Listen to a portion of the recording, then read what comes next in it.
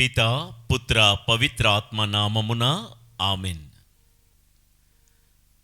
క్రీస్తు ప్రభునియందు ప్రియ దేవుని బిడలారా, సహోదరి సహోదరులారా, యాత్ర, జూబిలీ యాత్ర, కనాను యాత్ర, ఇది మనందరి పరలోకపు యాత్ర అనే ఈ ధ్యాన వడకములో ఈ శీర్షికన ధ్యానాంశాలు ఒక్కొక్క రోజు వినుకుంటూ వస్తున్నాము కదా.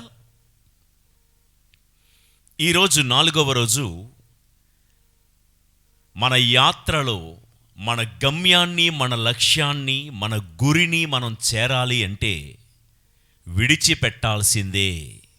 ఈరోజు మన ధ్యానాంశం విడిచిపెట్టాల్సిందే. ఐగుప్తు యొక్క దాస్యత్వములో 430 సంవత్సరాలు ఇజ్రాయేలు ప్రజలు ఆ దాస్య శృంఖలాల నుండి విడుదల పొంది దేవుడి యొక్క వాగ్దాన భూమి అయినటువంటి పాలు తేనెలు జాలువారే కనాను మండలాన్ని చేరే ప్రక్రియలో వారు మొట్టమొదటగా యాత్రలో చేయాల్సింది ఏంటంటే ఐగుప్తును విడిచిపెట్టాల్సిందే. అంతవరకు ఏ ఐగుప్తు అయితే వారిని బానిసలుగా చేసిందో, దాసులుగా చూసిందో, ఆ ఐగుప్తును, ఆ ఐగుప్తు స్థలాన్ని, ఐగుప్తులో ఉన్నటువంటి వ్యక్తులను, పరిస్థితులను, అలవాట్లను, పరిచయాలను, స్నేహాలను ఇజ్రాయేలీలు విడిచిపెట్టాల్సిందే. ఐగుప్తును విడిచిపెట్టకుండా కోరుకున్న రేవుకు ఎవ్వరూ చేరలేరు. మనల్ని ఎవరైతే బందీగా ఉంచుతున్నారో, ఏ వ్యసనాలు, ఏ అలవాట్లు, ఏ స్నేహాలు, ఏ పరిచయాలు మనల్ని బానిసత్వంలో ముంచుతున్నాయో వాటిని విడిచిపెట్టకుండా మనము కోరుకున్న గమ్యానికి మనమెవ్వరము కూడా చేరుకోలేము. ఐగుప్తు లాంటి ఈ లోకములో ఉన్నటువంటి దుర్వ్యసనాలను, దుర్వ్యాపారాలను, చెడు అలవాట్లను, చెడు తలంపులను, పాపిష్టి జీవితాన్ని విడిచిపెట్టకుండా దేవుడు మనందరినీ నడిపించాలని కోరుకుంటున్న నూతన యెరూషలేమునకు, పరలోకానికి మనమెవ్వరము కూడా చేరుకోలేము. ప్రియులకు దేవుని బిడ్డలారా, కాబట్టి ఈ యాత్రలో, ఈ ప్రయాణములో నిరీక్షణతో కలిసి సాగిపోతున్న మన ఈ శ్రీసభ ప్రయాణములో మున్ముందుగా గమ్యం చేరే ప్రక్రియలో మనం విడిచిపెట్టాల్సింది ఐగుప్తు లాంటి ఈ లోకాన్ని, లోకములో ఉన్నటువంటి వ్యసనాలను, వ్యామోహాలను, పాపాన్ని మనం విడిచిపెట్టాల్సిందే. అయితే ఐగుప్తును విడిచిపెట్టడానికి, ఐగుప్తును విడిచిపెట్టే రోజులు వచ్చాయి, మీకు టైం అయింది విడిచిపెట్టడానికి అని చెప్పడానికి దేవుడు 10 రకాల తెగుళ్ళు, సంకేతాలను ఆనాడు ఆ ప్రజలకు పంపించారు. ప్రియులారా, మీకైనా నాకైనా లోకమని పిలవబడే ఈ ఐగుప్తును విడిచిపెట్టడానికి, ఈ ఐగుప్తు అనే ఈ లోకము అశాశ్వతమని, దీన్ని మనం విడిచిపెట్టాలని, శాశ్వతమైన పరలోకమనే కనాను మనం చేరాలని దేవుడు అనుదినము కూడా అనేకమైన సంకేతాలను పంపిస్తూనే ఉన్నాడు. నాడు ఐగుప్తు దేశానికి 10 తెగుళ్ళు, 10 సంకేతాలు ఏ రీతిగా అయితే, ఇదిగో ఇజ్రాయేలు ప్రజలారా, మీరు విడిచిపెట్టే సమయం ఆసన్నమైంది అని ఈ 10 సంకేతాలు, 10 తెగుళ్ళు ఎలాగైతే గుర్తుగా ఉన్నాయో, మనకు కూడా దేవుడు అనుదినము చూద్దాం రండి. మత్తయి గారు రాసిన శుభవార్త 24వ అధ్యాయము 3 నుండి 14 వచనాల్లో, నేను అన్ని వచనాలు చదవను కానీ అక్కడ ప్రభువు యుగాంతపు సూచనలు అని చెబుతూ కొన్ని వచనాలు 7వ వచనం నుండి చదువుతాను. మనము ఈ లోకాన్ని విడిచిపెట్టడానికి దేవుడిచ్చే సంకేతాలంట. ఈ రోజుల్లో మనం చూస్తున్నవి, వింటున్నవి, ఒక జాతి మరి ఒక జాతిపై, ఒక రాజ్యము మరి ఒక రాజ్యముపై దాడి చెయ్యును. చూస్తున్నాం కదండి. అనేక ప్రదేశములందు కరువులు, భూకంపములు వచ్చును. ఇవన్నీ ప్రసవ వేదన ప్రారంభ సూచనలు. అప్పుడు జనులు మిమ్ము శ్రమల బాలు చేసి చంపుదురు. నా నిమిత్తము అందరూ మిమ్ము ద్వేషింతురు. చూడండి, క్రీస్తును విశ్వసిస్తున్న వారిని ద్వేషించే ప్రపంచం ఆల్రెడీ మనం చూస్తున్నాము, వింటున్నాము. ఆ దినములలో అనేకులు పతనమగుదురు, ఒకరినొకరు మోసగించుకుందురు, ద్వేషించుకుందురు. కపట ప్రవక్తలు అనేకులు బయలుదేరి ఎందరినో మోసగింతురు. అక్రమములు ఎంతగా విస్తరిల్లుడిచే అనేకుల ప్రేమ చల్లారిపోతుంది. అంతే కదండి, కుటుంబాలలో ప్రేమలు చల్లారిపోతున్న రోజులు మనం చూస్తూ ఉన్నాము. కానీ ప్రభు అంటున్నారు, కట్టకడ వరకు నిలకడగా ఉన్నవాడే రక్షణము పొందగలడు అని. ప్రియులకు దేవుని బిడలారా, ఐగుప్తును విడిచి కనాను చేరాలి. కనాను అనే గమ్యం చేరాలి అంటే ఇజ్రాయేలీలు మొట్టమొదటగా విడిచిపెట్టాల్సింది ఐగుప్తును. మనము కూడా పరలోక కనాను చేరాలి అంటే ఈ యాత్రలో మనం కూడా విడిచిపెట్టాల్సింది లోకములో ఉన్నటువంటి వ్యామోహములు, పాపములు, వాంఛలు. టైం వచ్చిందా లేదా అని తెలియడానికే దేవుడు ఆనాడు 10 తెగుళ్ళు పంపించాడు. ఈరోజు ఇప్పుడే మనం విన్న వాక్యం, ఒకరికంటే ఒకరికి పడని పరిస్థితులు మనం వినటం లేదా? ఒక దేశం మరొక దేశం మీద, ఒక వ్యక్తి మరొక వ్యక్తి మీద దాడి చేస్తున్న సందర్భాలు మనం చూడటం లేదా? అంటే సమయం ఆసన్నమైంది మిత్రమా. మనము ఈ లోకములో ఉన్నటువంటి వాటిని విడిచిపెట్టి దేవుడి వైపు దృష్టి సారించి పరలోకానికి చేరుకోవలసిన సమయం ఆసన్నమైందని దేవుడు చెప్తూనే ఉన్నారు. అయితే ఈ యాత్రలో మొట్టమొదటగా మనం విడిచిపెట్టాల్సింది ఐగుప్తునే అన్నాం కదా. ఐగుప్తును విడిచిపెట్టడం అంటే ఐగుప్తులో ఉన్నటువంటి ఒక 5 అంశాలు నేను మీతో ఈరోజు పంచుకుంటాను. ఐగుప్తును విడిచిపెట్టడం అంటే కేవలం ఒక ప్రాంతాన్ని, ఒక దేశాన్ని, ఒక రాజ్యాన్ని విడిచిపెట్టడం కాదండి. ఐగుప్తులో ఉన్న గుణగణాలు, ఐగుప్తులో ఉన్నటువంటి పాపం, ఐగుప్తులో ఉన్నటువంటి స్వభావాలు, వ్యక్తిత్వాలు, భావాలు మనం వదిలిపెట్టాలి. మన గమ్యమైన పరలోక రాజ్యం చేరాలి అంటే ఈ యాత్రలో మున్ముందుగా ఐగుప్తుని విడిచిపెట్టడం అంటే దాస్యత్వాన్ని, బానిసత్వాన్ని విడిచిపెట్టడం అండి. ఐగుప్తు అంటే మనకు అర్థమయ్యే భాషలో లోకం. ఐగుప్తును ఏలే రాజు ఫరో అయితే ఈ లోకాన్ని ఏలుతున్నది సైతానుడు. ప్రియులకు దేవుని బిడ్డలారా, లోకము కానీ లోకాన్ని ఏలే సైతాను యొక్క తలంపు ఏంటంటే ఈ లోకంలో బ్రతుకుతున్నన్నాళ్ళు మనందరినీ బానిసలుగా మార్చాలని సైతాను యొక్క తలంపు.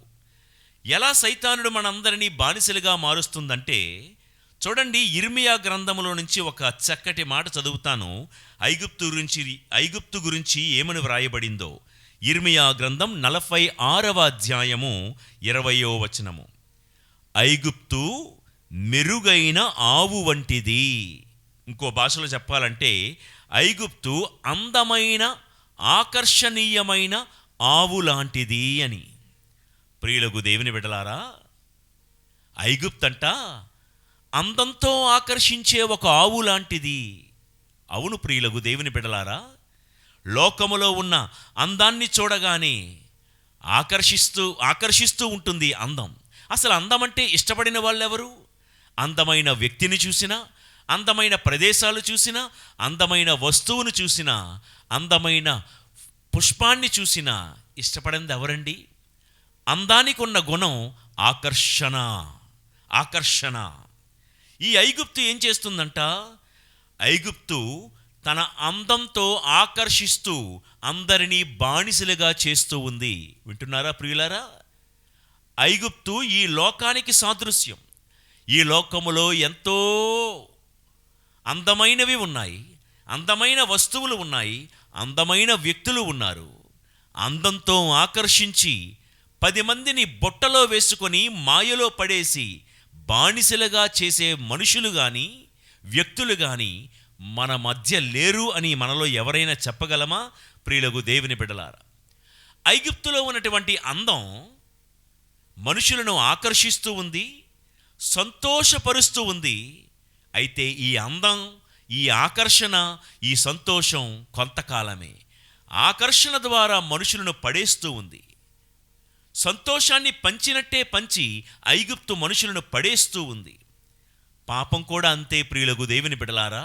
పాపానికి ఉన్న గుణం ఏంటంటే ఆకర్షిస్తూ ఉంది, సంతోషాన్ని ఇచ్చినట్లే ఇస్తూ ఉంది, పంచినట్లే పంచుతూ ఉంది.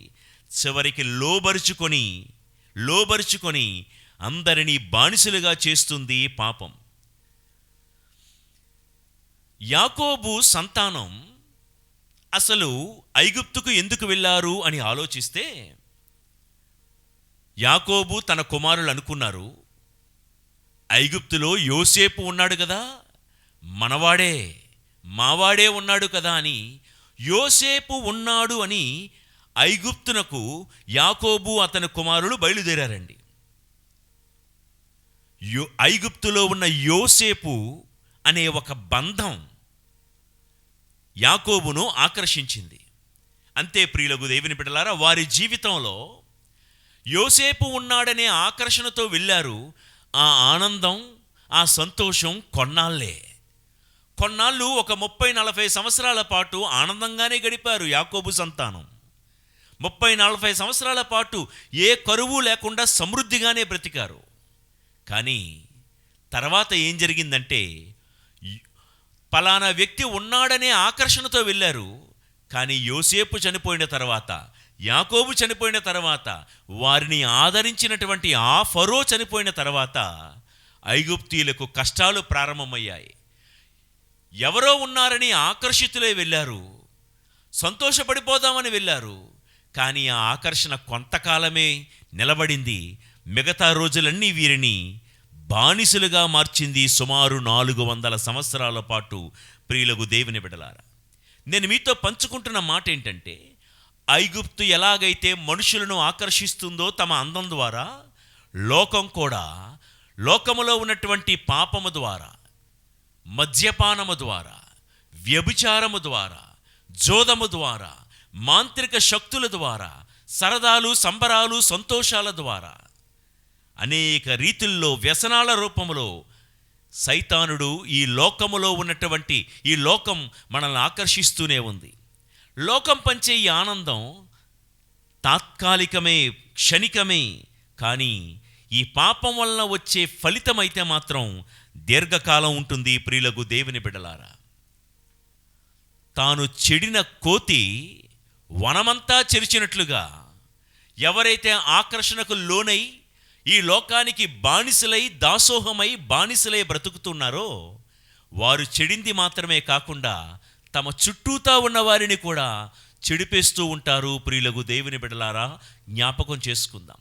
కాబట్టి మన జీవిత యాత్రలో మున్ముందుగా మనం విడిచిపెట్టాల్సింది ఎవరిని అంటే, ఆకర్షించేవారిని, ఆకర్షణకు పడిపోయి మనల్ని కూడా పడేద్దామనుకుంటున్న వాళ్ళని. ఇప్పుడు ఒక తాగుబోతున్నాడండి, ఆ త్రాగుబోతు మరొక 100 మంది తాగుబోతులను తయారు చేస్తాడు.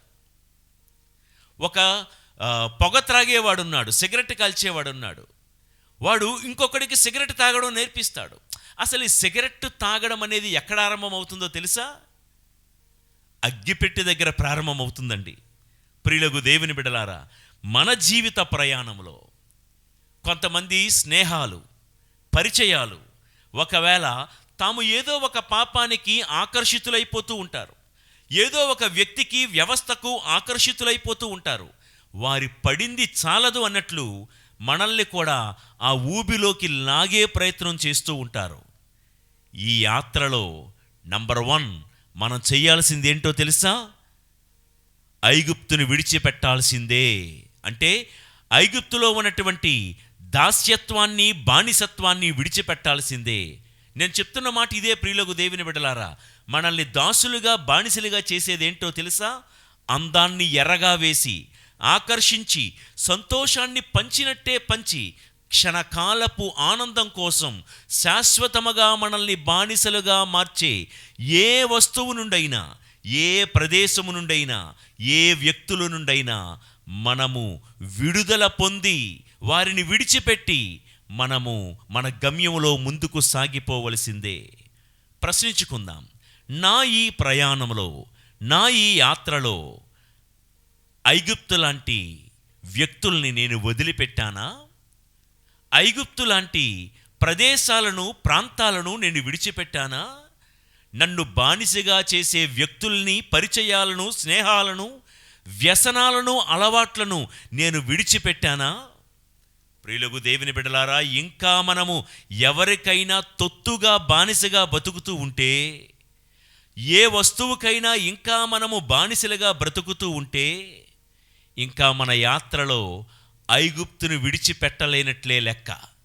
ఇంకా మనము బానిసలుగా బ్రతుకుతూ ఏదో ఒక వ్యసనానికి బ్రతుకుతూ ఉంటే మన యాత్రలో ఇంకా ఒక్క అడుగు కూడా ముందుకు వెయ్యలేనట్లే లెక్క అని మనం భావించాలి.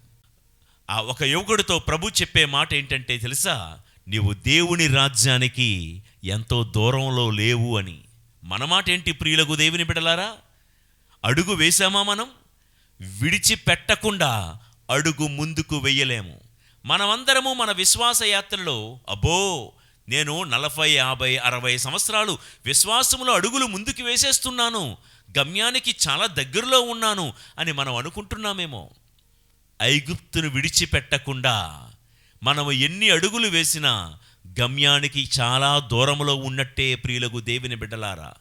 కాబట్టి ఐగుప్తు లాంటి ఈ లోకములో ఉన్నటువంటి పాపాన్ని, ఆకర్షణలను, ఈ లోకములో ఉన్నటువంటి వ్యసనాలను ఇంకా విడిచిపెట్టామో లేదో ఒక్కసారి ఆత్మ పరిశీలన చేసుకొని జూబిలీ యాత్రలో, మన ఈ కనాను యాత్రలో అడుగులు ముందుకు వేసే ప్రయత్నం చేద్దాం. ఐగుప్తును విడిచిపెట్టడం అంటే దేనికి బానిసైపోయామో దాన్ని విడిచిపెట్టాలి. ఇక రెండో మాట, ఐగుప్తు గర్వానికి గుర్తుగా ఉంటుంది, గర్విష్ఠతనానికి గుర్తుగా ఉంటుంది. ప్రియులారా, ఈ రోజుల్లో లోకం ఏదేదో చూసుకుంటూ వెర్రవీగిపోతుందండి. మా ఇల్లు చూసావా ఎంత పెద్దదో. కొంతమంది ఇల్లు చూసుకొని వెర్రవీగిపోతూ ఉంటారు. కొంతమంది తమకున్న రంగును చూసి వెర్రవీగిపోతూ ఉంటారు, అందాన్ని చూసి వెర్రవీగిపోతూ ఉంటారు, వారి భాషను చూసి, సంపదలను చూసి, వేసుకున్న వస్త్రధారణ చూపించి, వేషధారణ చూపించి మురిసిపోతూ, పొంగిపోతూ, గర్వంతో ఉబ్బి తబ్బిబ్బైపోతూ వెర్రవీగిపోతూ ఉంటారు. ఐగుప్తులో ఉన్నటువంటి బలాలు ఏంటో ఒక్కసారి విందాం. ఐగుప్తు ఎందుకు అంత గర్వపడిపోతుందో, వెర్రవీగిపోతుందో అంటే ఐగుప్తుకు ఉన్న బలాలు 4 అండి. నంబర్ 1, విద్య, నాలెడ్జ్ సంపాదించే విషయంలో విద్యలో ఐగుప్తు అందెవేసిన చెయ్యి.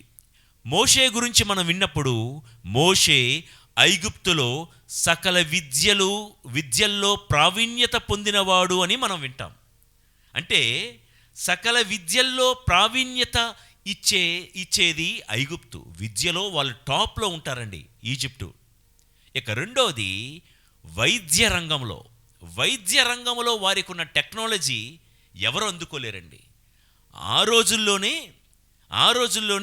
ఐగుప్తు మమ్మీలంటే మనం పిలుచుకునే మమ్మీలు కాదు, ఐగుప్తులో పెద్దగా ఉన్నటువంటి మహానుభావుల యొక్క సమాధులను భద్రపరిచే టెక్నాలజీ. ఏమండి, ఏళ్ళు తరబడిన ఆ పిరమిడ్లలో ఆ మమ్మీలను దాచే ఆ యొక్క టెక్నాలజీ ఇంతవరకు ఎవరికీ కూడా అర్థం కాలేదండి. అంటే వైద్య రంగంలో ఎంబామింగ్ ద బాడీ అంటారు కదా, అంటే చనిపోయినటువంటి శరీరాలు కుళ్ళిపోకుండా భద్రపరిచే టెక్నాలజీ వైద్య రంగంలో వారు ఆ రోజుల్లోనే సాధించారు. సో విద్యలో టాప్, వైద్య రంగంలో టాప్. ఇక మూడవది వైజ్ఞానిక సాంకేతిక రంగం. ఆ రోజుల్లోనే పిరమిడ్లు మీరు చూసే ఉంటారు కదండి, ఇలా ఎత్తుగా ఉన్నటువంటి పిరమిడ్లు. ఇప్పటికీ కూడా చాలామందికి ఆశ్చర్యం గొలిపే విషయం ఏంటంటే పెద్ద బండరాళ్ళు అంత సూదిగా ఉన్నటువంటి సూది కొన మీద ఎలా తీసుకుని వెళ్ళుంటారు అన్న టెక్నాలజీ ఎవరికి అర్థం అవ్వలేదు. ఆ పిరమిడ్ నిర్మాణంలో వాడినటువంటి ఆ వైజ్ఞానిక సాంకేతికత ఎవరికి అంతుబట్టనటువంటి విషయం ఈ రోజుకి కూడా. విద్యలో టాప్, వైద్య రంగంలో టాప్, వైజ్ఞానిక రంగంలో టాప్. ఇక వారికి ఉన్నది ఏంటంటే యుద్ధ రంగంలో, సైనిక బలంలో చాలా టాప్గా ఉంటారండి.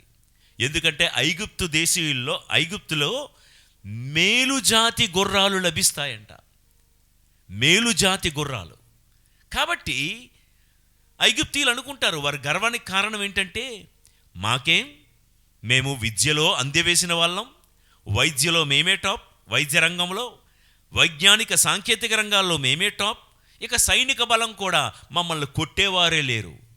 ఐగుప్తు ఇవన్నీ చూసుకొని ఉబ్బిపోతుంది, పొంగిపోతుంది, విర్రవీగిపోతుంది, గర్వపడిపోతుంది. ప్రియులకు దేవుని బిడ్డలారా, ఈ విషయంలోనే ఇంత గర్వంతో ఉబ్బి తబ్బిబ్బైపోతున్నటువంటి ఈ ఐగుప్తును చూసి ఒక మాట విందాం.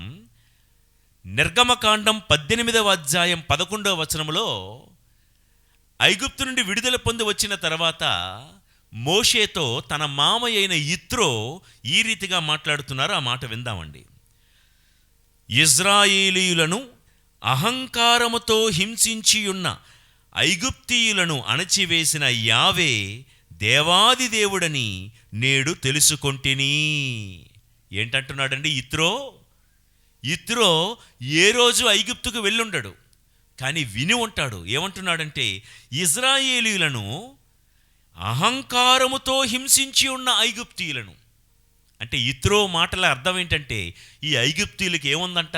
అహంకారం, గర్వం ఎంత కావాలంటే అంత టన్నులు వారికి ఉందని యిత్రో మాటల యొక్క అంతర్యం. ప్రియులకు దేవుని బిడ్డలారా, ఓకే, గర్వంతో విర్రవీగిపోతున్నారు ఈ ఐగుప్తు. మన యాత్రలో విడిచిపెట్టాల్సింది ఫస్ట్గా ఎవరినన్నాం? ఐగుప్తునే విడిచిపెట్టాలి. గర్వాన్ని విడిచిపెట్టాలి. మన యాత్రలో మన గమ్యమైన పరలోకపు కణాను మనం చేరాలంటే, మన జీవితంలో ఏ కొసానైనా ఇసుమంతైన అహంకారం కానీ గర్వం కానీ ఏదేదో చూసుకొని, ఎవరెవరినో చూసుకొని, ఒకవేళ మనం గనక విర్రవీగిపోతున్న సందర్భాలు ఉంటే, యాత్రలో మనం మొట్టమొదట విడిచిపెట్టాల్సింది మనలో ఉన్న గర్వం అని ఈ ఐగుప్తుని. ప్రియులకు దేవుని బిడ్డలారా, ఏమండి మీలో గర్వం ఉందా అని ఎవరిని అడిగినా అబ్బెబ్బే మా ఎంట వంట ఇట్లాంటివి లేవు అని టక్కున సమాధానం చెప్తాం. కానీ మనస్సాక్షిని అడుగుదాం, మనలో గర్వం లేదు, అహంకారం లేదు? ప్రియులకు దేవుని బిడ్డలారా, ఎంత విద్య, వైద్య, వైజ్ఞానిక, సైనిక రంగాలలో ఎంత బలం ఉన్నటువంటి ఐగుప్తు సవాల దెబ్బగా మారుటకు కారణం వారికున్న గర్వమే. మన జీవితంలోనండి పొందిన దాన్ని బట్టి గర్వించకూడదు, ఇచ్చిన దేవుణ్ణి బట్టి గర్వించాలి. మనం ఏదో ఉన్నదాన్ని బట్టి మనం పొంగిపోకూడదు, విర్రవీగిపోకూడదు. నాకు ఇవన్నీ సమకూర్చినటువంటి ఆ దేవుడు, అలాంటి దేవుడు నాకున్నాడని మనము అతిశయించాలి, దేవుని యందు ఆనందించాలి. ప్రియులకు దేవుని బిడ్డలారా, ఇల్లుందని పొంగిపోవద్దు, ఇల్లు ఇచ్చిన దేవుణ్ణి బట్టి అతిశయించు. ఏదో ఉద్యోగం ఉంది కదా అని చెప్పి గర్వపడద్దు, ఆ ఉద్యోగాన్ని సమకూర్చిన దేవుడి యందు ఆనందించు, అతిశయించు. ఏదో మాకు అధికారం ఉంది కదా, మాకు అన్ని నైపుణ్యం ఉంది కదా, అందచందాలు ఉన్నాయి కదా అని చెప్పి మనం అహంకారానికి పోవద్దు. వాటన్నిటినీ ఇచ్చిన దేవుని యందు మనం అతిశయిద్దాం. ప్రియులకు దేవుని బిడ్డలారా, చాలామంది చెప్పే మాట మనీ మేక్స్ మెనీ థింగ్స్ అంటారు. ఇది నిజమే కాదు అని నేను అన్నాను. మనీ మేక్స్ మెనీ థింగ్స్, కానీ దీనికి మించి మరో మాట చెప్తాను వినండి. Money may make many things, but God can make everything. ధనం అనేది చాలా సంపాదించవచ్చండి, చాలా పనులు చేసుకోవచ్చు ధనంతో, కానీ అన్ని పనులు ధనంతో చేయలేం కదా. కానీ దేవుడితో సమస్తము సాధ్యమే. కాబట్టి డబ్బులో కానీ, అందంలో కానీ, అధికారంలో కానీ ఈరోజు ఒకవేళ గర్వం కనుక మనలో ఏ కొసానైనా ఉన్నట్లయితే వాటిని విడిచిపెట్టి మన గమ్యమైన పరలోకానికి చేరుదాం. ఫిలిప్పీలకు వ్రాయబడిన లేఖ 2వ అధ్యాయము 6వ వచనం నుంచి మీరు తర్వాత చదువుకుంటే, యేసు ప్రభువే తన్ను తాను తగ్గించుకొని రిక్తును చేసుకొని సేవక రూపము దాల్చి ఆయన తండ్రికి విధేయుడై శిలువ మరణం వరకును విధేయుడై ఉండెను. తగ్గించుకున్నాడు. ప్రియులకు దేవుని బిడ్డలారా, తల్లి మరియమ్మ, అమ్మా నీవు అనుగ్రహ పరిపూర్ణురాలువమ్మా అని సాక్షాత్తు దేవుడు దోతే దిగివచ్చి గబ్రియేలు అమ్మతో అంటున్నా, చివరికి తల్లి ఏమంది? నేనైతే ప్రభునికి దాసురాలిని మాత్రమే అని తగ్గించుకుని సమాధానం చెప్పింది. అందుకే పరలోకానికి భూలోకానికి మహారాణిగా ఆ తల్లిని దేవుడు నియమించాడు. ప్రియులకు దేవుని బిడ్డలారా, గర్వంతో పొగరుతో విర్రవీగిపోయే వారికి దేవుడు చెప్పే ఒక మాట విందామండి. యెహెజ్కేలు గ్రంథం 16వ అధ్యాయం 49-50 వచనాలు. సొదొమ గొమొర్రా ప్రజల యొక్క గర్వానికి దేవుడు చింతిస్తూ వాళ్ళ గురించి చెప్తున్న మాటలు. నీ చెల్లెలైన, ఇక్కడ ఆ భాష వాడుతున్నారు. అంటే యెరూషలేము నీ చెల్లెలుందో చూసావా సొదొమ. వినండి. నీ చెల్లెలైన సొదొమ ఆమె కుమార్తెల పాపములు ఏవనగా పొగరు, ఆహార సమృద్ధి, నిర్విచారమైన సుఖస్థితి ఉండుట, అంటే కంఫర్ట్ జోన్ అన్నమాట. అవి దీనులను దరిద్రులను పట్టించుకోలేదు. తలబిరుసుతనముతో నేను అసహించుకుని కార్యములు చేసిన కనుక నేను వానిని నాశనము చేసి తిని. ఎవరిని? వాణిని అంటే సొదొమ గొమొర్రాలను నేను ఎందుకు నాశనం చేయాల్సి వచ్చిందంటే వాళ్లకు తలబిరుసుతనం ఎక్కువ. నేను అసహించుకునే కార్యాలనే వారు చేసుకుంటూ పోయారు. నిర్విచారమైనటువంటి సుఖస్థితి, పొగరు, వీటి వలన నేను వారిని నాశనం చేశాను. ఎట్లా నాశనం చేశారో మీరు విన్నారు కదా. ఆదికాండం 19వ అధ్యాయము 24-25 వచనాలు మీరు తర్వాత చదువుకుంటే, ఆకాశము నుండి అగ్ని గంధకాన్ని వర్షింపజేసి దేవుడు సొదొమ గొమొర్రా పట్టణాలను నేలమట్టుకు నాశనము చేసి తగులబెట్టించెను అని అక్కడ వ్రాయబడి ఉంది. ప్రియులకు దేవుని బిడ్డలారా, కాబట్టి ప్రశ్నించుకుందాం. ఈ యాత్ర ఇంకా ఆరంభిస్తున్నాం కదా, ఆరంభంలోనే ఉన్నాం కదా. గమ్యానికి చేరాలంటే విడిచిపెట్టాల్సిందే. అది ఈరోజు మన ధ్యానాంశం. ఏం విడిచిపెట్టాలి? ఐగుప్తులో ఉన్న గర్వం ఒకవేళ నాలో ఉందా? ధనాన్ని బట్టో, కులాన్ని బట్టో, వర్గాన్ని బట్టో, అధికారాన్ని బట్టో నేను ఒకవేళ అతిశయిస్తూ ఉంటే, అహంకారంతో గర్వంతో ఉంటే, నాకింతమంది ఉన్నారు, నాకు ఈ బలం ఉంది, ఆ బలం ఉంది అని ఏదో బలం, ఏదో అండా చూసుకొని ఒకవేళ తలబిరుసుతనంతో గనక భూమి మీద కాలు ఆంచకుండా ఆకాశంలో ఎగురుతున్నట్లుగా గనక బ్రతుకుతూ ఉంటే, దేవుడు మీకు నాకు జ్ఞాపకం చేస్తున్న విషయం ఏంటంటే, యాత్రలో గమ్యం చేరాలనుకుంటున్న వాళ్ళు ఖచ్చితంగా మొట్టమొదటిగా విడిచిపెట్టాల్సింది ఐగుప్తులో ఉన్నటువంటి దాస్యత్వాన్ని, బానిసత్వాన్ని, ఈ లోకంలో ఉన్న ఆకర్షణలను విడిచిపెట్టాలి. నంబర్ 2, ఐగుప్తులో ఉన్న గర్వం, అహంకారం, తలబిరుసుతనం, పొగరు లాంటివన్నీ కూడా మనం కూడా విడిచిపెట్టాలి. ఇక 3వ విషయము, విడిచిపెట్టాల్సిందే. ఐగుప్తులో ఇంకా ఏముందని విడిచిపెట్టాలి? ఐగుప్తుకు ఉన్నటువంటి 3వ స్వభావం ఏంటంటే ఇతరులను చులకనగా చూడడం, ఇతరులను తృణీకారంగా చూడడం, ఇతరులను చాలా నీచంగా, హీనంగా, తక్కువ వారిగా చూడడం ఐగుప్తుకు ఉన్న లక్షణం. ఎట్టా చెప్తారండి మీరు ఈ మాట అని అడిగితే మీకు చూపిస్తాను. చూడండి, ఆదికాండం 43వ అధ్యాయం 32వ వచనములో చివరి భాగం చదువుతున్నాను. ఐగుప్తీయులు 32 మొదటి నుంచి చదువుతాను చూడండి. సేవకులు యోసేపునకు వేరుగా, అతని సోదరులకు వేరుగా వడ్డించిరి. యోసేపుతో భుజించు ఐగుప్తీయులకు విడిగా వడ్డించిరి. అండర్లైన్ ఏంటంట? అందరికీ కలిపి వడ్డించటం లేదంట. యోసేపుకు వేరుగా, ఐగుప్తీయులకు విడిగా వడ్డించిరి. ఎందుకంటే ఐగుప్తు దేశీయులు హెబ్రీయులతో కూడి భోజనము చేయుట హేయముగా భావింతురు. చూశారండి, వీళ్ళకి ఎంత కండ కావరం అంటారు కదా. ఐగుప్తీయులంట, మేము వాళ్ళతో భోంచేయం, ఎందుకంటే వాళ్ళు వేరు, మేము వేరు అంటాం కదా. వాళ్ళు అంటరాని వాళ్ళు తక్కువ వాళ్ళు, మేము ఎక్కువ వాళ్ళం. మనలో కూడా కొంతమంది ఉంటారండి, పెళ్ళిళ్ళకి, పండగలకి, పబ్బాలకి, చుట్టాల దగ్గరికి అటు ఇటు ఫంక్షన్స్కి వెళ్ళేటప్పుడు కొంతమంది సెలెక్టివ్ మనుషుల మధ్య కూర్చొని తింటారు. ఒకవేళ ఎవరైనా వచ్చి వాళ్ళకి నచ్చని వాళ్ళు హేయముగా భావించిన వాళ్ళు వస్తే అక్కడి నుంచి ఏదో నెపంతో లేచి వెళ్ళిపోతారు. నేను నా కళ్ళతో మన క్రైస్తవ సమాజంలో కూడా చూసినటువంటి కొన్ని విషయాలు లేకపోలేదు, అవి మీకు కూడా తెలుసు. చివరికి కొన్ని దేవాలయాల్లో కూడా విడివిడిగా కూర్చునే ఆచారాలు కూడా లేకపోలేదు సుమి.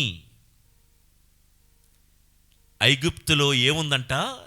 ఇతరులను హేయముగా చూసే ఒక అలవాటు ఉంది. వారితో కలిసి భోజనం చెయ్యరు. నేను మాట్లాడుతున్నది కేవలము అగ్రకులము తక్కువ కులము గురించే కాదండి. కొంతమంది హేయంగా చూస్తారు. ఆ ఒక తోటి కోడలికి మరో తోటి కోడలంటే గిట్టదు, కలిసి భోంచేయలేరు. అందరూ అనుకోవడానికి బంధువులే, కానీ వాళ్ళు కలిసి భోంచేయరు.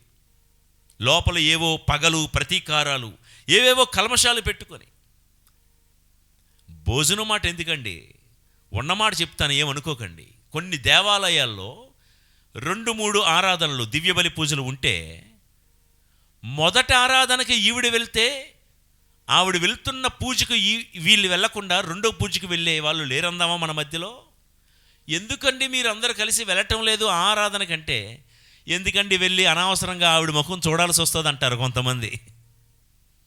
ఇది క్రైస్తవ్యమా? క్రీస్తు ప్రభువు నేర్పింది మనకిదేనా? ఐగుప్తీయులకు ఉన్నటువంటి నీచమైన స్వభావం ఏంటో తెలుసా? ఇతరులను హేయముగా, నీచముగా చూడడం. ప్రియులారా, యాత్రలో మన గమ్యం చేరాలి అంటే ముందుగా మనం విడిచిపెట్టాల్సింది ఇతరులను చులకనగా చూసే తత్వం, అలవాటు. వారు నీకంటే అందంలో తక్కువ వారనో, అధికారంలో తక్కువ వారనో, లేకపోతే హోదాలో తక్కువ వారనో, నీకంటే కులములో కానీ వర్గంలో కానీ తక్కువ వారనో. ఇంకొంతమంది భక్తిపరులు అని పిలవబడే వాళ్ళు కొంతమంది ఏం చేస్తారో తెలుసా? మేమే భక్తిపరులం, వాళ్ళు అసలు భక్తియే లేదు వాళ్ళకి. అందుకనే భక్తి లేని వారిని కూడా హీనంగా చూడడం తప్పే. This is the pride of grace. Pride of grace అంటే ఏంటో తెలుసా? మాకే దేవుడు దీవెనలు ఇచ్చాడు, మేమే బాగా ప్రార్థన చేయగలుగుతున్నాం, మేమే దేవునికి బాగా పాటలు పాడగలుగుతున్నాం, మేమే బాగా ప్రసంగాలు చెప్పగలుగుతున్నాం. మాలా వాళ్ళు ప్రసంగాలు చెప్పలేరే, మాలాగా వాళ్ళు పాటలు పాడలేరే. కొన్ని చోట్ల మా ప్యారిష్ కోయరే బెస్ట్ కోయర్, వాళ్ళేం పాడుతారు. ప్రియులారా, నేను ఎందుకు ఈ ఉదాహరణలు డైరెక్ట్గా చెప్తున్నానంటే, ఇతరులను ఏ కారణం వలన కూడా నీచంగా, తక్కువగా చూడొద్దు. ప్రభు చెప్పే మాట మీకు జ్ఞాపకం చేస్తాను. నీ సహోదరుని వ్యర్థుడా అని పిలిచినా నువ్వు పాపం కట్టుకుంటున్నట్లే. నీ సహోదరుని మూర్ఖుడా అని పిలిచినా మనం పాపం కట్టుకుంటున్నట్లే. బలిపీఠ సన్నిధికి వచ్చేటప్పుడు నీపై నీ సోదరునికి ఏదైనా మనస్పర్ధ ఉన్నట్లుగా నీకు స్ఫురించినచో, నీ కానుకను అక్కడే వదిలిపెట్టి వెళ్ళి సమాధానపడి వచ్చి తిరిగి వచ్చి నీ కానుకను అర్పించు అని ప్రభు చెప్పిన మాట జ్ఞాపకం చేసుకుందాం. కాబట్టి ఐగుప్తులో ఉన్న ఈ హేయమైన భావం మనం కూడా విడిచిపెట్టాల్సిందే. ఇంకొకటి ఏముందో తెలుసా అండి? వినిపిస్తాను చూడండి. ఈ ఐగుప్తులు తక్కువలు కాదండి. ఒకటి, కలిసి భోంచేయరంట. రెండవది, ఆదికాండం 46వ అధ్యాయం 33-34 వచనాలు చదువుతాను. యాకోబు గారు ఐగుప్తు దేశానికి వచ్చినప్పుడు ఐగుప్తు దేశ రాజు అయిన ఫరోను కలిసిన సందర్భంలో వచ్చే డైలాగులు ఇవి. కావున ఫరో రాజు యాకోబును పిలిపించి అడిగే మాట, నీ వృత్తేమి అని ప్రశ్నించగా, యాకోబు అంటున్నాడు, ప్రభు, మా తాత ముత్తాతల మాదిరిగా మేము చిన్ననాటి నుండి గొర్రెల కాపరులమే అని చెప్పాను. అప్పుడు మీరు గోషేనులో స్థిరపడవచ్చును అని చెప్తూ అక్కడ ఒక మాట ఉందండి. ఈ ఐగుప్తి దేశీయులు గొర్రెల కాపరులను హేయముగా చూతురు అంటున్నారా? వీళ్ళకంటే తక్కువ జాతి వారితో భోజనం చేయరు. అంత మాత్రమే కాదు, వృత్తిపరంగా కూడా చేసే ప్రొఫెషన్ బట్టి విలువనిచ్చేవారు మనుషులకి, చేసే ఉద్యోగాల బట్టి విలువనిచ్చేవాళ్ళు. పెద్ద ఉద్యోగం అయితే ఒకలాగా, చిన్న చిన్న సాదాసీదా ఉద్యోగాలైతే మరోలాగా మాట్లాడేవారు. ప్రియులకు దేవుని బిడ్డలారా, అంటే ఒక్క మాటలో చెప్పాలంటే ఐగుప్తు దేశానికి ఉన్నటువంటి తెగులు ఏంటంటే, నీచపు స్వభావం ఏంటంటే, సమాజాన్ని వర్గాలుగా విడదీసిన సమాజం ఐగుప్తు సమాజం. ఐగుప్తుని విడిచిపెట్టాల్సిందే అని అన్నాం కదా. ఐగుప్తుని విడిచిపెట్టడం అంటే leave your casteism, leave groupism, leave racism and regionalism. మనలో ఉన్న కుల పిచ్చి వదిలిపెట్టాలి. ఐగుప్తులో ఉన్నది అదే. మనలో ఉన్న ప్రాంతీయ పిచ్చి, మేము ఐగుప్తీయులం, ఓ మీరు ఇజ్రాయేలీయులా. ప్రాంతీయ పిచ్చి. మేము తెలుగోళ్ళం, మీరు అరవోళ్ళా, ఓహో తప్పు. ప్రియులకు దేవుని బిడ్డలారా, ఐగుప్తుని విడిచిపెట్టాలి అంటే రకరకాల గ్రూపులు, వీరిని కొంతమందిని తొట్టి గ్యాంగులని పిలుస్తూ ఉంటారు. ప్రజలు ప్రతి ఒక్కరూ ఒక్కొక్క గ్యాంగులుగా, ఒక్కొక్క గ్రూపులుగా, ఒక్కొక్క బ్యాచ్లుగా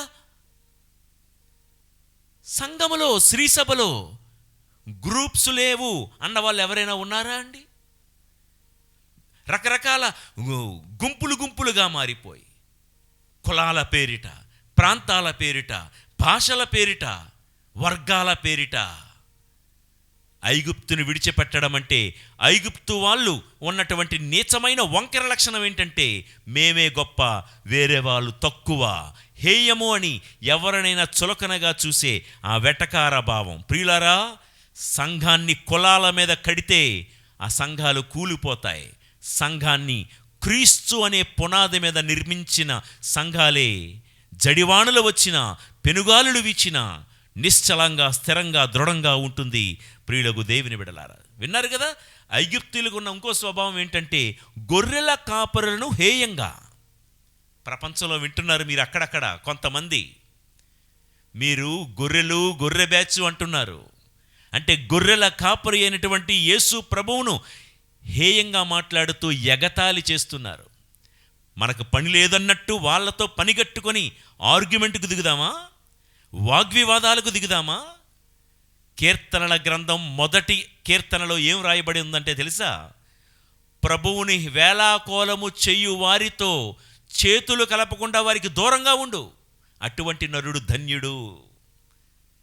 ఎవరో నిన్ను గొర్రె అన్నారని నువ్వేం భావించక్కర్లేదు, గొర్రె అన్నారని మనమేం ఫీల్ అయిపోక్కర్లేదు. అవును, ఆయన మంచి కాపరి అయినప్పుడు మనం గొర్రెలమే కదా. అవునండి, గొర్రెలమే. కానీ ఐగుప్తు లాంటి వీళ్ళు గొర్రెల కాపరులను నీచంగా చూస్తున్నారే, అటువంటి వారికి దూరంగా ఉండు, ప్రభువును వేలాకోలం చేసే వారికి దూరంగా ఉండుమని కీర్తన గ్రంథం తెలియజేస్తుంది. ప్రియులకు దేవుని బిడలారా, గొర్రెల కాపరులను హేయముగా చూసేవాళ్ళు ఇంకొంతమంది, బయట వాళ్ళు కాదు, మనల వాళ్ళే, మన సంఘములో ఉన్న వాళ్ళే గొర్రెల కాపరులను నిందించి విమర్శిస్తున్నవారు. బయట వాళ్ళ గురించి పక్కన పెడదాం, మన మధ్య లేరా? ఓ ఆ బిషప్పులు అలాంటి వాళ్ళు, ఈ ఫాదర్లు అలాంటి వాళ్ళు కాపరుల గురించి నీచంగా మాట్లాడే వాళ్ళు ఎవరో తెలుసా? ఐగుప్తీయులు. నీ వృత్తేమి అని అడిగాడు ఫరో రాజు. ఇదిగో అయ్యా, మేము తాత ముత్తాతల నుంచి మేము గొర్రెల కాపరులమే అని చెప్పినప్పుడు, అయితే మీరు ఇక్కడ మాతో ఉండద్దు, ఎక్కడో గోషేను అనే ప్రాంతంలో ఉండండి అని వేరు చేశాడు. ప్రియులారా, నువ్వింకా నీ కాపరుల మీద బురదలు జల్లుతూ ఉంటే, రాళ్ళు వేస్తూ ఉంటే, విమర్శలు గుప్పిస్తూ ఉంటే, నిందలు వేస్తూ ఉంటే, పనికి మాలిన ఆకాశరామన్న ఉత్తరాలు రాస్తూ టైం వేస్ట్ చేసుకుంటూ ఉంటుంటే నువ్వెవరవో తెలుసా? ఐగుప్తును ఏలుతున్న ఫరోతో సమానం. నువ్వు గుర్తించు. ఈ యాత్రలో మనం విడిచిపెట్టాల్సింది ఏదుందో తెలుసా? ఈ ఐగుప్తులో ఉన్నటువంటి నీచపు స్వభావం, కాపరుల మీద రాళ్ళేసే స్వభావాన్ని వదిలిపెట్టు, ఇతరులను చులకనగా చూసే స్వభావాన్ని విడిచిపెట్టు. అప్పుడే యాత్రలో ముందడుగు వేసినట్లు. చూడ్డానికి నీ తల నెరిసిన వాడివై ఉండొచ్చు, వయసు ఏమో 60, 70, 80 ఏళ్ళు వచ్చినా కూడా ఇంకా ఇంకా ఇంకా ఇతరులను చులకనగా చూస్తూ మాట్లాడుతున్నావంటే కులం పేరుట, ఇంకా కాపరులను తక్కువ చేసి మాట్లాడుతున్నావంటే ఈ 60, 70, 80 సంవత్సరాల్లో ఏ విశ్వాసం సంపాదించుకున్నావయ్యా నీవు? ఏ విశ్వాసాన్ని పొందుకున్నావమ్మా నీవు? ఒక్కసారి మనస్సాక్షిని ప్రశ్నించి చూసుకోమని కోరుతూ ఉన్నాను. ఇలాంటి ఐగుప్తు ధోరణిని వేడాలి. మనం ఆరాధించే ప్రభువు, యేసు ప్రభువు కలపడానికే గాని విభజించుటకు ఏ రోజు ప్రయత్నించలేదు.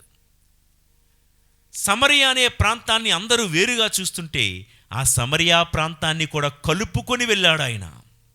దెకాపోలి, గెర్రాసేను అనే ప్రాంతాలను కలుపుకుంటూ వెళ్ళాడు. ఈరోజు ఏ కుటుంబంలోనైనా, ఏ సంఘంలోనైనా కలపడానికి ప్రయత్నించాలి మనం. ఆ కారణం, ఈ కారణం చెప్పి విడదీసేవాడు ఫరో, కలిపేవాడు యేసు ప్రభువు. ఈ తేడా గుర్తించమని కోరుతూ ఉన్నాను. ఎందుకంటే పౌలు గారు ఎఫెసీయులకు రాసిన లేఖ 2వ అధ్యాయము 14వ వచనం చదువుతున్నాను, చూడండి. యూదులను అన్యులను ఏకమొనర్చుట ద్వారా క్రీస్తే మన సమాధానము అయ్యను. వారిని వేరు చేసి విరోధులను చేసిన మధ్య గోడను ఆయన తన శరీరముతో ధ్వంసమునర్చెను అని చెబుతూ 16వ వచనాన్ని చూద్దాం. 16వ వచనము, సిలువపై తాను మరణించుట వలన ఆ వైరమును క్రీస్తు రూపుమాపెను.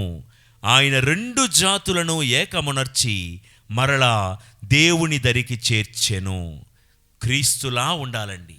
2 జాతుల మధ్య ఉన్న వైరాన్ని కలపాలే గాని కలిసున్న వారిని విడగొట్టదాం అనుకునేవాడు బరబ్బ అవుతాడు కానీ యేసు ప్రభు ఎందుకు అవుతాడండి? ఒక్కసారి ఆలోచించండి. ఇంకా కులం, వర్గం, ప్రాంతం, నా భాష అని చెప్పి పట్టుకుని వేలాడుతున్నావంటే ఇంకా మనము ఐగుప్తుని విడిచిపెట్టలేనట్లే, కనానుకు చేరుకోలేనట్లే అని గ్రహించమని కోరుతూ ఉన్నాను. ప్రియులారా, మన యాత్రలో మన ధ్యానాంశం విడిచిపెట్టాల్సిందే. ఎవరిని? నిన్ను పాపపు బానిసత్వములో ఉంచే ఐగుప్తుని. నంబర్ 2, నిన్ను గర్విష్టిగా మార్చే అహంకారము నీలో ఉంటే దాన్ని విడిచిపెట్టు. ఐగుప్తులో ఉన్నటువంటి ఇతరులను చులకనగా చూసే తత్వం, ఒకవేళ కులం పేరుటో వర్గం పేరుటో ఇతరులను అణిచివేసే తత్వం ఒకవేళ ఉంటే, never dare to discriminate, rather try to unite everyone. ఇతరులను చులకనగా చేసి వేరు చేసి చూసే తత్వం ఉంటే దాని నుండి బయటపడదాం. ఇక 4వది, ఐగుప్తు నుండి మనం నేర్చుకోవలసిన 4వ పాఠం, మనం విడిచిపెట్టాల్సింది ఏంటి అంటే, ఐగుప్తు అనేసరికి నమ్మక ద్రోహానికి గుర్తు. నమ్మక ద్రోహం. మన చుట్టూతా ఉన్న ప్రపంచంలో మనలో ఒకవేళ నమ్మక ద్రోహం చేసే తత్వం మనలో ఉంటే దాన్ని విడిచిపెట్టాలి. ఒకవేళ మన పరిచితుల్లో ఎవరైనా నమ్మక ద్రోహం చేస్తున్నారు అని మనకు అనిపిస్తే వారిని విడిచిపెట్టాలి. చూద్దాం. ఐగుప్తులో ఎక్కువగా పెరిగేవి రెల్లు కాడ, అంటే రీడ్స్ అంటారు. రీడ్స్ అంటే పెద్ద గడ్డి దుబ్బనమాట. రెల్లు కాడ, రెల్లు అంటారు కదా, అది. ఐగుప్తులో రెల్లు ఎక్కువగా పెరుగుతుంది. ఇది ఎలా ఉంటుందంటేనండి, పెద్ద గడ్డి దుబ్బేమో దూరం నుండి చూస్తే ఒక పెద్ద కర్రలాగా ఉంటుందండి. ఇప్పుడు స్లాబులు అది వేసేటప్పుడు ఇన్నాళ్ళు వాడేవారు పెద్ద పోస్టులు అంటారు కదా, ఇంత పెద్ద లావుటిపాటి కర్రలు, అలా కనబడుతుందండి. అయితే దూరం నుండి చూసి ఇది కర్ర కదా, కాసేపు నడుము వాల్చుకుందామని ఇలా జారబడ్డాం అనుకోండి, ఇది ఏంటి? గడ్డి కదా. చూడ్డానికి చూపించడానికి పెద్ద బలమైన కర్రలాగా ఉంది, కానీ ఆనుకుందామని వెళ్ళేసరికి దబ్బని అది పడిపోతుంది, మనల్ని కూడా పడేస్తూ ఉంది. ప్రియులకు దేవుని బిడ్డలారా, నమ్ముకొని ఆనుకుందామని వెళితే ఆనుకున్న వాని మీదే పడిపోయి పొడి చేసే నమ్మక ద్రోహి ఈ ఐగుప్తు. విన్నారా? ఆనుకుందామని వెళ్ళాం, ఆనుకుందామని వెళ్ళిన వాడిని పడేసి ఆ రెల్లు కాడకున్న సూది మనతో వాడిని పొడి చేసి చంపేసే తత్వం ఈ ఐగుప్తుకు ఉన్నటువంటి రెల్లు కాడకున్న తత్వం. ప్రియులకు దేవుని బిడ్డలారా, అలా నయవంచన చేసే మనుషుల నుండి మనము విడిచిపెట్టాల్సిందే. అలా నమ్మక ద్రోహం చేసే ప్రాంతాల నుండి మనం విడిచిపెట్టాల్సిందే. కాలేజీలోనే చదువుకుంటున్నావు, అక్కడ నీ ఫ్రెండ్స్ ఒకసారి నమ్మక ద్రోహం చేశారంటే ఆ ఫ్రెండ్షిప్ని విడిచిపెట్టాయి. ఒకవేళ ఎవరైనా నీకు ప్రేమ పేరిటో లేకపోతే స్నేహం పేరిటో మోసం చేస్తూ నమ్మక ద్రోహం చేస్తున్నారు కదా, విడిచిపెట్టాల్సిందే. వారితోనే నువ్వు యాత్ర కొనసాగిస్తూ ఉంటే ఈరోజు బలమైన రెల్లు కాడలా కనబడతారు. ఏదో రోజు వారి మీదే నేను ఆనుకుంటాను, ఆధారపడతాను అని అనుకున్నావా, నిన్ను పడేయడం ఖాయం. పడేసిన నిన్ను పొడిచేదాకా వారు నిద్రపోరు. ప్రియులకు దేవుని బిడలారా, నమ్మక ద్రోహుల నుండి మనము విడిచిపెట్టాల్సిందే ఈ యాత్రలో. ఐగుప్తు నమ్మక ద్రోహానికి గుర్తు అని ఎందుకన్నానో తెలుసా అండి? ఐగుప్తులో ఎక్కువ మనకు కనిపించేవి మొసళ్ళు, క్రొకొడైల్స్. ఐగుప్తులో ఉన్న పొడవాటి నది ఏదని చెప్పాము మనం? నైలు నది కదా. నైలు నది అనేసరికి మొసళ్ళకు ప్రసిద్ధి అండి. ఎక్కువ క్రొకడైల్స్ ఉంటాయి. మన వాడుక భాషలో ఎక్కువ చెప్తా ఉంటాం, మొసలి కన్నీరు కార్చద్దు అంటే అది కన్నీరు కారుస్తున్నట్లే ఉంటుంది, కానీ దాని నోరు తెరిస్తే మాత్రం కర్కశమైనటువంటి దంతాల మధ్య మనల్ని పిప్పి పిప్పి చేసి చంపేస్తుంది. మొసలి నమ్మక ద్రోహానికి గుర్తు. మొసలి గురించి మాట్లాడుతుంటే చిన్నప్పుడు మనం అందరం చదువుకున్న కోతి మొసలి కథ మీ జ్ఞాపకం వస్తుందా? చిన్నగా ఒకసారి చెప్తాను. అనగనగా ఒక ఊరిలో ఒక చెరువులో అదిగో మొసలు ఉండేది. ఒక మంచి మొసలే, అది కొంచెం వయసు అయిపోయింది, వేటకు వెళ్ళలేదు, ఆకలేస్తుంది. ఆ ఒడ్డున అలా ఉంటే ఆ ఒడ్డున ఉన్న చెట్టు మీద ఒక కోతి ఉందంట. ఆ కోతి చక్కటి పళ్ళన్నీ తింటూ ఉంటే ఒకరోజు ముసలందంట, నాకు వేట చేసే శక్తి లేదు, మరి నువ్వు తింటున్న పళ్ళు నాకు ఇస్తావంటే అదంత మాత్రం ఇస్తానని చెప్పి ఒక్కొక్కటి దాని నోట్లోకి ఇసురుతుందంట కోతి. మంచిదే పాపం.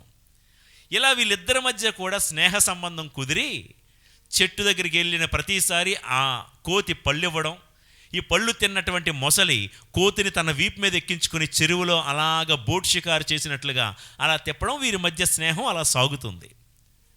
అయితే ఒకరోజు ఈ మొసలందంట, ఇదిగో ఇంటి దగ్గర మా ఆవిడ కూడా ఉంది, ఇంకో ఆడ మొసలి, మరి నేను తినే పళ్ళు నువ్వు కూడా నాకు ఇస్తే మా ఆవిడకి కూడా ఇస్తాను అని. ఓకే, అదంతా మాత్రం ఓకే తీసుకెళ్ళని చెప్పి కొన్ని పళ్ళు కోసి, చెట్టు మీద పళ్ళు కోసి కోతి మొసలికి ఇస్తే మొసలి తీసుకుని వెళ్ళిందంట. తిన్న ఆ ఆడ మొసలి అంటే భార్య మొసలి అందంట, అబ్బా ఎంత బాగున్నాయో కదా, బాగున్నాయి. ఈ ఆడ మొసలికి ఒక ఐడియా వచ్చిందంట, ఈ పళ్ళే ఎంత బాగుంటే ఏంటి, ఈ పళ్ళే ఎంత బాగుంటే మరి రోజు ఈ పళ్ళు తింటున్న ఆ మొసలి గుండెకాయ ఎంత తీయగుంటుందో కదా. అవును అందంట ఈ మగ మొసలి.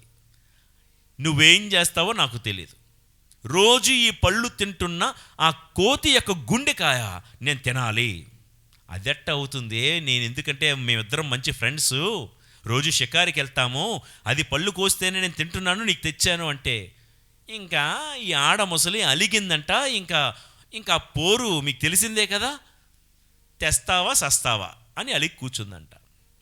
అయితే మొత్తానికి సరే అని చెప్పి మగ ముసలి వెళ్ళిందంట. వెళ్తూ ఒక అబద్ధం ఆడిందంట కోతితో, ఫ్రెండు రోజు నువ్వు నాకు పళ్ళు కోసిస్తున్నావు కదా, ఇగో మా ఆవిడికి కూడా ఇచ్చాను, మా ఆవిడ చాలా సంతోషపడి నిన్ను మా ఇంటికి అతిథిగా ఆహ్వానించింది, ఈరోజు మా ఇంట్లోనే నీకు భోజనానికి ఆహ్వానించింది. అలాగా అని చెప్పి టక్కుమని వెంటనే చెట్టు నుండి జంపు చేసి మొసల మీదకి వచ్చి కూర్చుంది. అన్నట్టు ఏం వండుతున్నావేంటి మాకు ఈరోజు అంటే, అదిగో ఆ పండు ఇది అదని కొన్ని వెరైటీలు చెప్పింది మొసలి వెళ్తూనే. పాపం ఎంత కాదనుకున్నా ఒకవైపు భార్య ఏమో గుండెకాయ అడిగింది, కోతి గుండెకాయ. ఈ కోతి యొక్క స్నేహాన్ని మర్చిపోలేకపోతుంది ఈ మగ మొసలి. మొత్తానికి నిజం చెప్పేసింది సగం దారిలో ఉంటున్నప్పుడు. ఏమని, ఫ్రెండు ఇలా పళ్ళు ఇస్తూ ఉంటే మా ఆవిడ అంది నీ గుండెకాయ తినాలని ఉందంట మా ఆవిడికి అని చెప్పేసింది. మొసలి ఎంత నమ్మక ద్రోహో, కోతి మహా తెలివైంది కదండి. కోతి అందంటే, అర్రే నీకు నా గుండెకాయ తినాలని ఉంటే ముందే చెప్పు ఉండాల్సింది కదా, నేను ఆ చెట్టు మీద వదిలిపెట్టి వచ్చాను నా గుండెకాయని, అరే ముందు చెప్పుంటే తెద్దును కదా, పద వెనక్కి తిప్పు, వెళ్ళి గుండెకాయ తెచ్చుకుందాం, మీ ఆవిడకి ఇచ్చేద్దాం అందంట.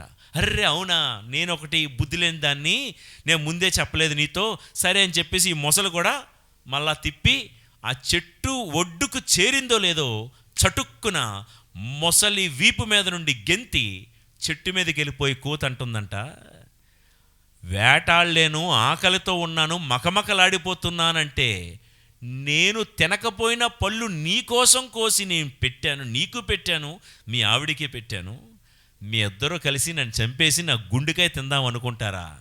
ఇది నమ్మక ద్రోహం కాదు. చిన్నప్పుడు నీతిది ప్రియులకు దేవుని బిడ్డలారా. అయితే ఈ మాట మనం వింటున్నప్పుడు మనకు దేవుడు ఏం జ్ఞాపకం చేస్తున్నారంటే, ఇలాంటి నమ్మక ద్రోహులు నైస్గా ఐస్గా మాట్లాడి మాటల మాయల్లో మనల్ని చిక్కించుకొని మనల్ని నమ్మక ద్రోహం చేసేవాళ్ళు చాలామంది ఉంటారు.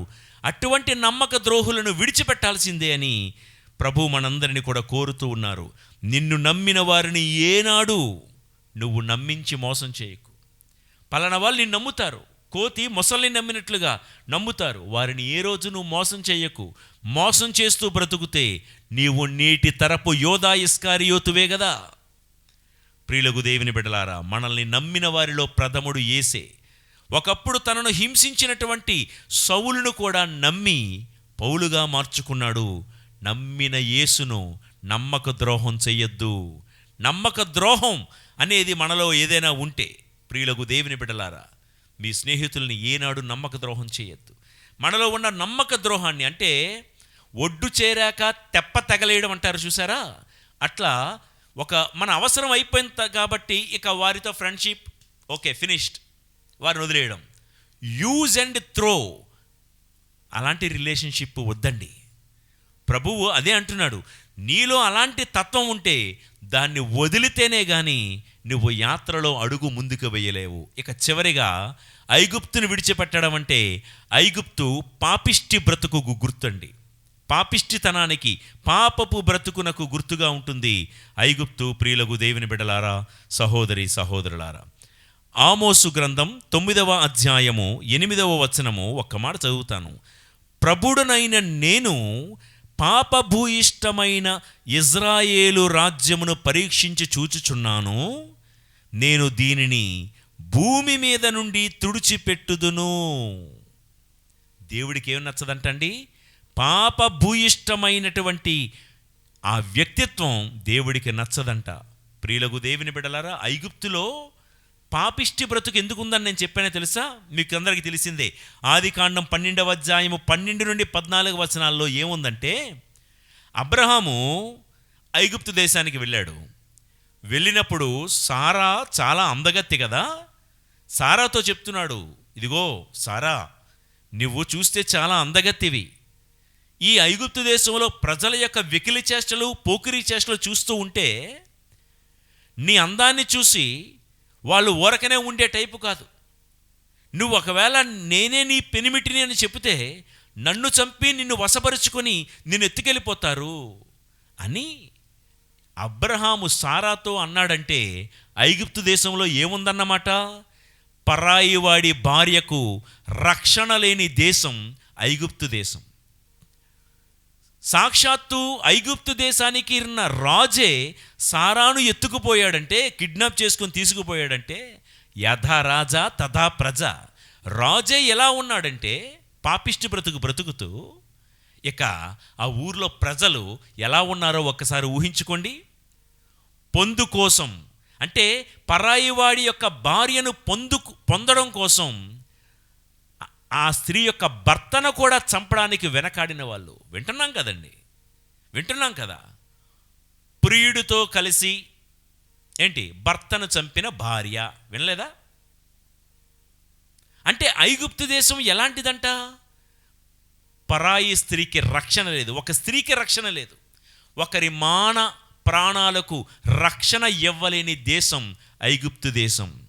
అలాంటి ప్రాంతాన్ని, అలాంటి మనుషులను మనం విడిచిపెట్టాలి. మాన ప్రాణాలకు విలువనివ్వని ఐగుప్తు మన చుట్టూతా కూడా ఉంటారు. కొంతమంది ఫ్రెండ్స్ ఉంటారు మన పక్కన.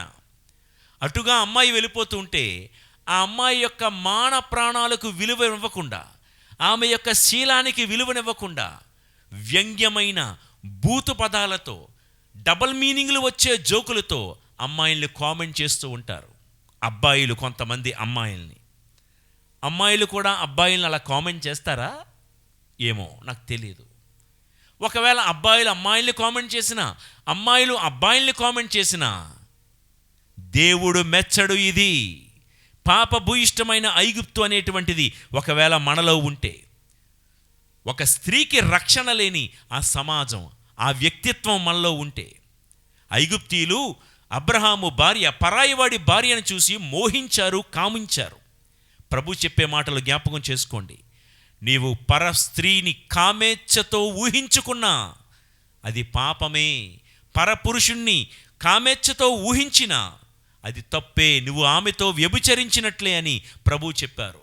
కాబట్టి ఒకవేళ కామ వాంఛలు, ఆ ఉద్రేకాలను ఒకవేళ అణుచుకోకుండా విచ్చలవిడితనం అనేటువంటిది ఒకవేళ మనలో ఉంటే దాన్ని విడిచిపెట్టాల్సిందే.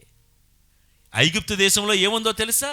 ఒక స్త్రీని చూసి చూడగానే వావి వరసలు మరిచి వెంటనే ఆమె మీద పడిపోవడం. ప్రియులారా, అటువంటివి మీ ఇళ్లల్లో మీలో జరుగుతున్నాయన్నది నా ఉద్దేశం కాదు. కానీ పరాయి స్త్రీల మీద పడిపోయేటంత మరీ అంత బ్యాడ్ అవ్వకపోవచ్చు మనం. కానీ ఎక్కడో టీవీలో కనిపించే ఒక దృశ్యాన్నో, సెల్ ఫోన్లో కనిపించే ఒక దృశ్యాన్నో, పోర్నోగ్రఫిక్ సైట్స్ని చూసి, అశ్లీల దృశ్యాలు చూసి ఆనందించే తత్వం, బ్యాడ్ మ్యాగజైన్స్, లేకపోతే ఒక పాప కారణమైనటువంటి ఒక రచనలు, వ్యాసాలు చదవడమో, లేకపోతే ఇంకా ఏవేవో దృశ్యాలు చూడడమో, ఇటువంటి వంకర స్వభావం ఒకవేళ ఐగుప్తు అనేది నీలోనే ఉందేమో, దాన్ని విడిచిపెట్టాల్సిందే ప్రియులకు దేవుని బిడ్డలారా, సహోదరి సహోదరులారా. కాబట్టి ముగింపులో మాట్లాడుకుందాం. ఎలాంటి ఐగుప్తు? ఆకర్షించే ఐగుప్తు, గర్వంతో ఉప్పొంగిపోయే ఐగుప్తు, నమ్మక ద్రోహం చేసే ఐగుప్తు, ఇక పాపిష్టితనాన్ని నింపుకున్న ఐగుప్తు, ఇతరులను చులకనగా చూసే ఐగుప్తు ఒకవేళ మనలో ఉంటే, మోషే ఈ ఐగుప్తును వదిలాడు. మహానాయకుడిగా దేవుడు మోషేను నిలబెట్టాడు. ప్రశ్నించుకుందామా అండి? ఐగుప్తు బానిసత్వానికి గుర్తు. ఏ బానిసత్వంలో ఉన్నావో బయటికి రా. ఏ వ్యక్తి యొక్క బానిసత్వంలో, ఏ వస్తువు యొక్క, ఏ ఆకర్షణ వ్యసనం యొక్క బానిసత్వంలో ఇంకా ఉన్నామో, ఐగుప్తులో ఉన్నావేమో, బయటికి రా. ఏ గర్వంతో ఉప్పొంగిపోతున్నామో తగ్గి ఉందాం. ఆ గర్వం నుండి బయటకు వద్దాం. ఐగుప్తును విడిచిపెడదాం. ఎవరిని చులకనగా చూస్తున్నామో, ఎవరిని తృణీకరిస్తున్నామో, కొంతమంది వాళ్ళు కురిపిగా ఉన్నారు, వాళ్ళు నల్లగా ఉన్నారు, వాళ్ళకు ఉద్యోగాలు లేవు, అదెంత దాని బతుకెంత అని ఇలాంటి మాటలు, భాషలు మాట్లాడి ఇతరులను చులకనగా చూసే ఐగుప్తు లాంటి వ్యక్తిత్వం నీలో ఉంటే, నీలో ఉన్న ఐగుప్తును విడిచిపెట్టాల్సిందే బిడ్డ. ఇక ఎవరినైనా స్నేహితుడుగానే ఉంటూ, పక్కనే ఉంటూ నటిస్తూ ఎవరికైనా నమ్మక ద్రోహం చేస్తున్నామా ఐగుప్తులాగా? అది కూడా విడిచిపెట్టాల్సిందే. చివరిగా ఏ విధమైన పాప, మోహ, కామ ఉద్రేకతలు నీలో ఉంటే, పాపిష్టి జీవితానికి గనక పురుగొల్పుతూ ఉంటే, వ్యభిచారపు అపవిత్రాత్మ ఒకవేళ మనలో ఉంటే, వాటి నుండి కూడా బయటపడాలి. We must come out of all these. ఇజ్రాయేలీలు వారంతట వారే బయటకు రాలేకపోయారు. ఎలా వచ్చారు? గొర్రె పిల్ల రక్తము ద్వారా మాత్రమే ఐగుప్తు నుండి వారు బయటపడ్డారు. Praise the Lord. మన జీవితంలో ఈ లోకమనే ఐగుప్తు నుండి మనం బయటపడలేము.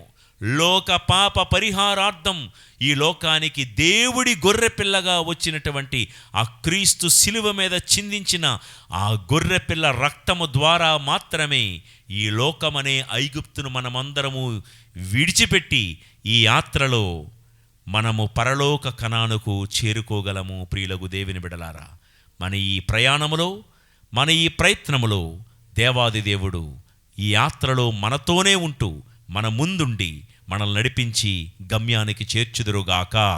ఆమెన్. ప్రార్థించుదము. మహాపరిశుద్ధుడా మా దేవా తండ్రి, యాత్రలో విడిచిపెట్టాల్సిందే అని ధ్యానాంశాన్ని మేము ఆలకించాము. 400 ఏళ్ల దాస్యత్వంలో, బానిసత్వంలో ఇజ్రాయేలు ప్రజలు అడుగు ముందుకు వెయ్యాలి అంటే మున్ముందుగా వారు విడిచిపెట్టాల్సింది ఐగుప్తునే. దేవా, మా జీవితంలో కూడా ఐగుప్తు లాంటి ఈ లోకాన్ని, లోకములో ఉన్న వాంఛలను, వ్యామోహాలను, దుర్వ్యసనాలను, దుర్వ్యాపారాలను మేము విడిచిపెట్టి మా ఈ యాత్రలో నీ వైపు అడుగులు ముందుకు వేసే కృపను మాకు దయచేయు. ఐగుప్తును విడిచిపెట్టడం అంటే ఈ లోకములో ఉన్న ఆకర్షణలను మేము విడిచిపెట్టడమే. అట్టి కృపను దయచేయండి. మాలో ఏ కొసానైనా ఇంకా గర్వము కానీ, అహంకారం కానీ మిగిలిపోతే గర్విష్టిగా మారకుండా మమ్మల్ని మేము తగ్గించుకునే కృపను దయచేయండి. ఇతరులను ఒకవేళ చులకనగా చూసే వ్యక్తిత్వం మాలో ఉందేమో దేవా, తమ్ము తాము తగ్గించుకున్న వారు హెచ్చింపబడతారు అని నీవు చెప్పిన మాటలను ఆదర్శంగా తీసుకుంటూ ఇతరులను కూడా నిన్ను నీవు ప్రేమించుకున్నట్లే నీ పొరుగువారిని కూడా ప్రేమించమన్నావు. అలా ప్రేమించే కృపను మాకు దయచేయు తండ్రి. కులం పేరుటో వర్గం పేరుటో ఏ ఒక్కరిని కూడా చులకనగా చూడని వ్యక్తిత్వం మాకు దయచేయు దేవా. ఒకవేళ మా చుట్టూతా నమ్మక ద్రోహులు గనక ఉన్నట్లయితే వారితో చెలిమి మానుకొని, ఒకవేళ అటువంటి నమ్మక ద్రోహం చేసే తత్వమే మాలో ఉన్నట్లయితే దాని నుండి బయటపడే కృపను మాకు దయచేయు. ఏ ఒక్కనాటికి పాపపు పంకిలములోనికి మేము జారిపోకుండా నీ వాక్యానుసారము మేము జీవిస్తూ, మేము మా జీవితములో విడిచిపెట్టాల్సినవన్నీ విడిచిపెడుతూ మా యాత్రలో గమ్యం వైపు కొనసాగే కృపను మా అందరకు దయచేయమని మా ప్రభువైన యేసు పవిత్ర నామములో ఈ ప్రార్థన చేయుచున్నాము పరమ తండ్రి. ఆమెన్. ప్రభువు మీతో ఉందురుగాక. మీ ఆత్మతోనూ ఉండునుగాక. సర్వశక్తిగల సర్వేశ్వరుడు పితా, పుత్ర, పవిత్రాత్మదేవుని దీవెనలు సర్వదా మీకు తోడై ఉండి మీ యాత్రలో నిత్యము మిమ్ము నడిపించి సర్వదా కాపాడుదురుగాక.